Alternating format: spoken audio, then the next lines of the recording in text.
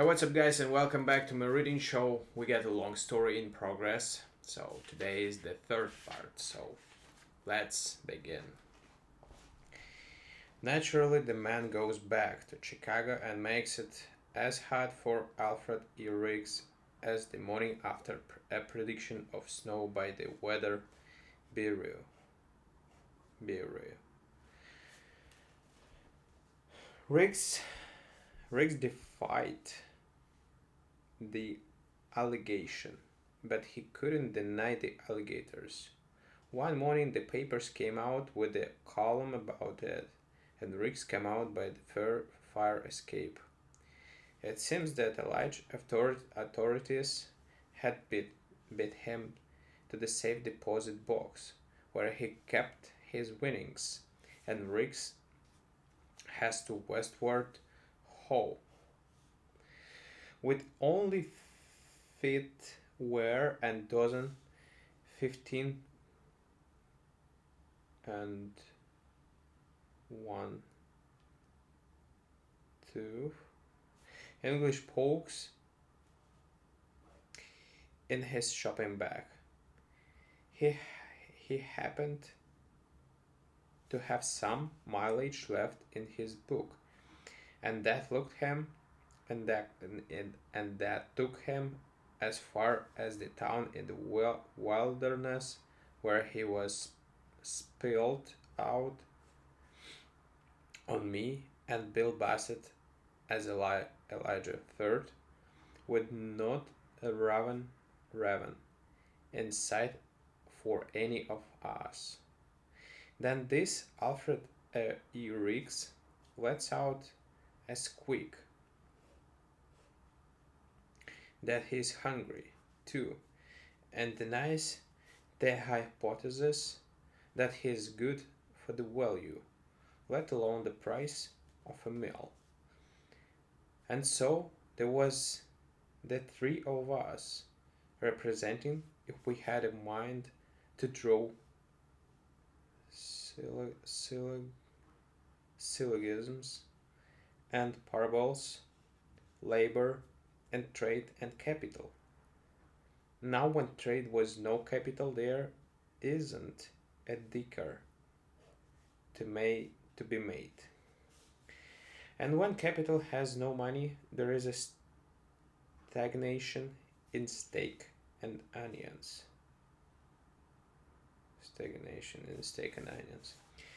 That put it up to the man with the Jimmy. Brother Brush Rangers.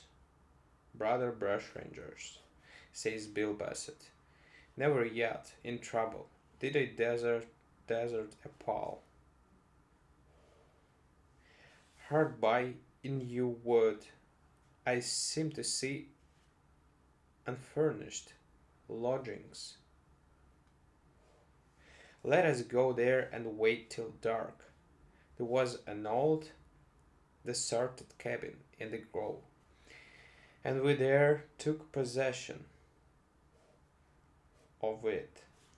After dark, Bill Bassett tells us to wait and goes out for half an hour. He comes back with an armful of bread and spare ribs and pies. Panhandled them at the farmhouse on Washington Avenue, says he. Eat, drink, and be leery. The full moon was coming up bright, so we sat on the floor of the cabin and ate in the light of it. And this Bill Bassett begins to brag. Sometimes, says he, with his mouth full of country produce, I lose all patience with you people that think you're higher up in the profession than I am.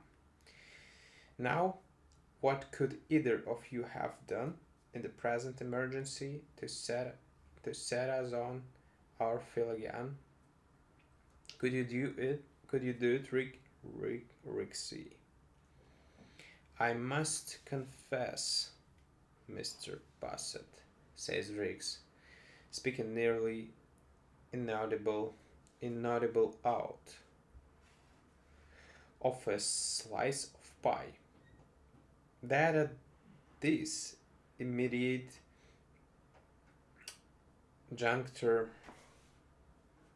juncture I could not perhaps promote an enterprise to relieve the situation.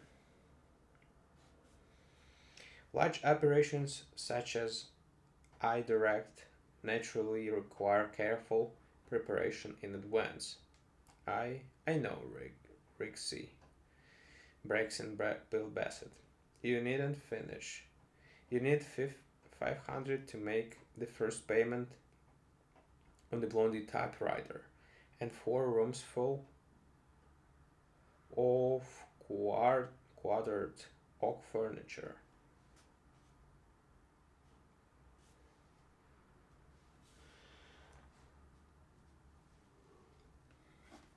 And you need 500 more for advertising contracts.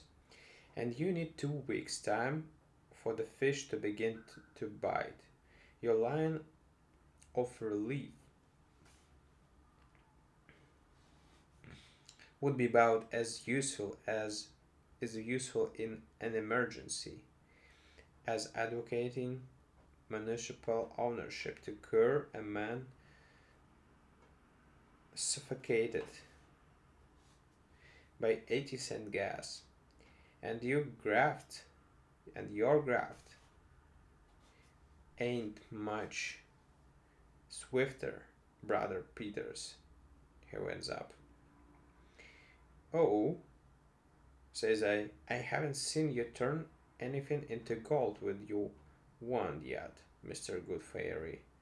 Most anybody could rip the magic ring for a little leftover victuals.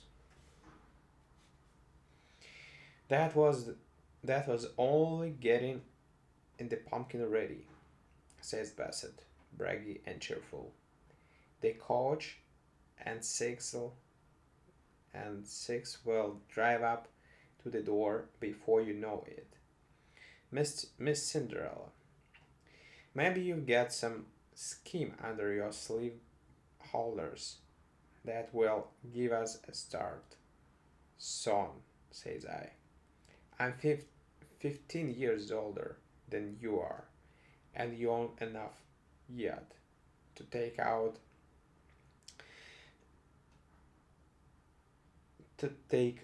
an endowment policy. I've been broke before. I've been broke before. We can see the lights of that town not half a mile away.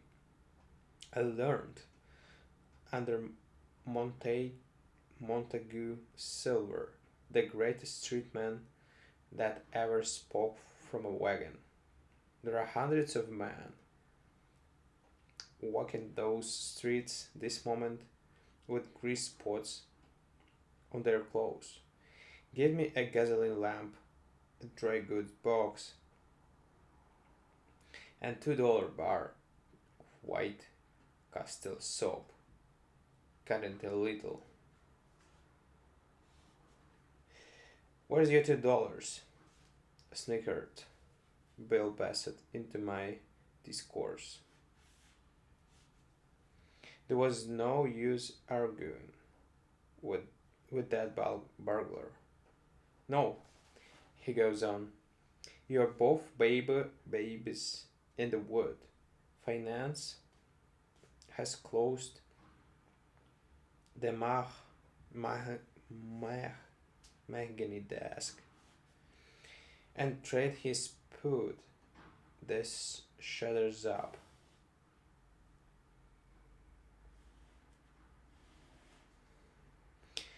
Both of you look to labor to start the wheels going. All right, you admit it.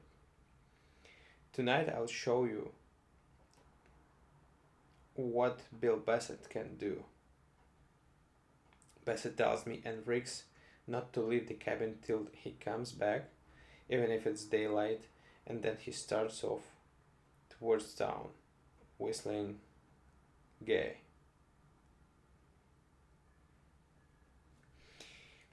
This Alfred E. Riggs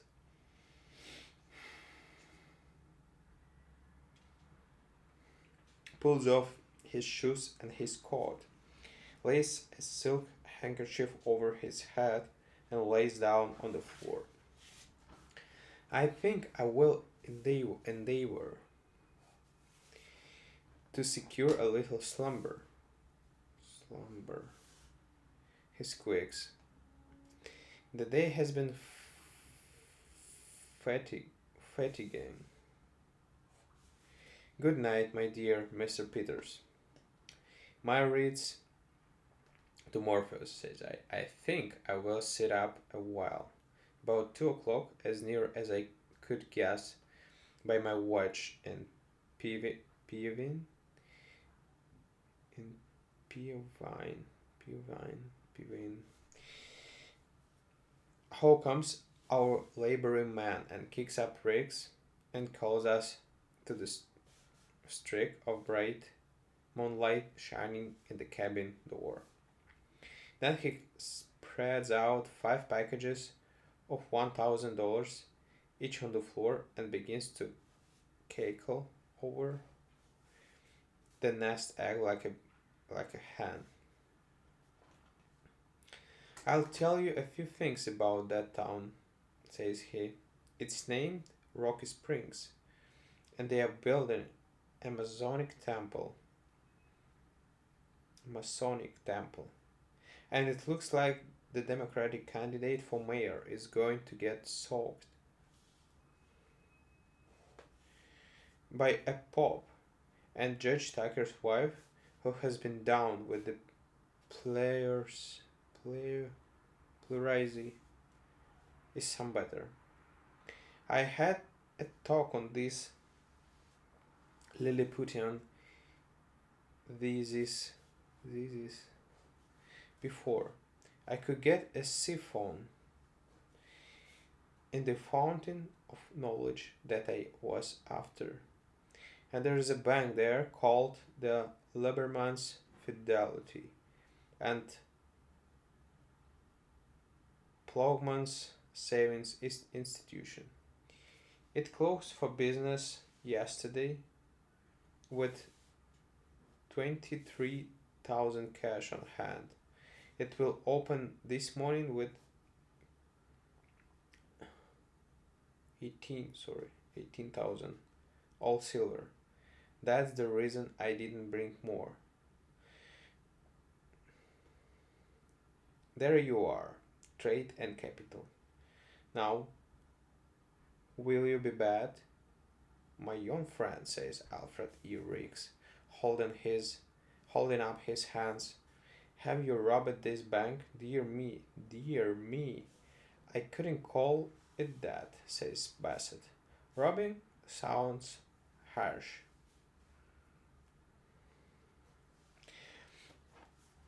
All I had to do was to find out what street it was on. That town is so quiet that I could stand on the corner and hear the tumblers clicking on the safe lock. Right to 45, left twice to 80, right once to 60, left to 15. As plain as the Yale captain giving orders in the football dialect. Now, boys, says Bassett, this is an early rising town. They tell me the citizens are all up and steering before daylight. I asked what for, and they said because breakfast was ready at the time. And what of Mary Robin Hood? I must be yoicks.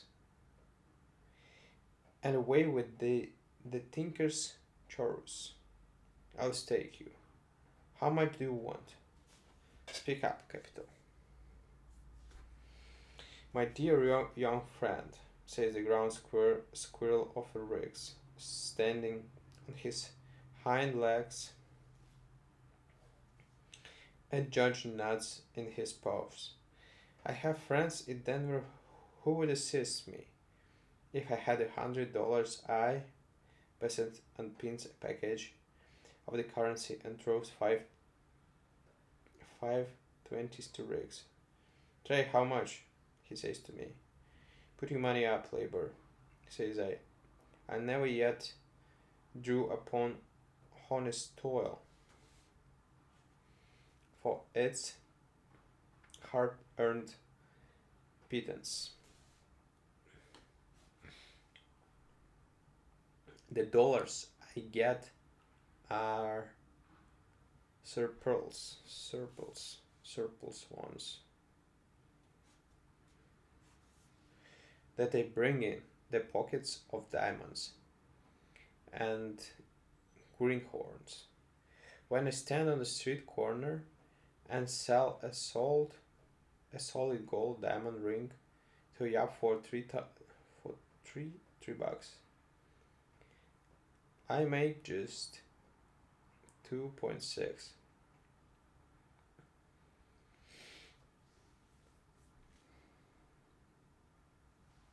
2.60, sorry. And I know he's going to give it to a girl in return for all the benefits accruing from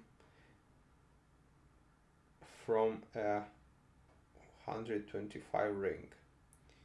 His profits are 122. Which of us is the biggest faker?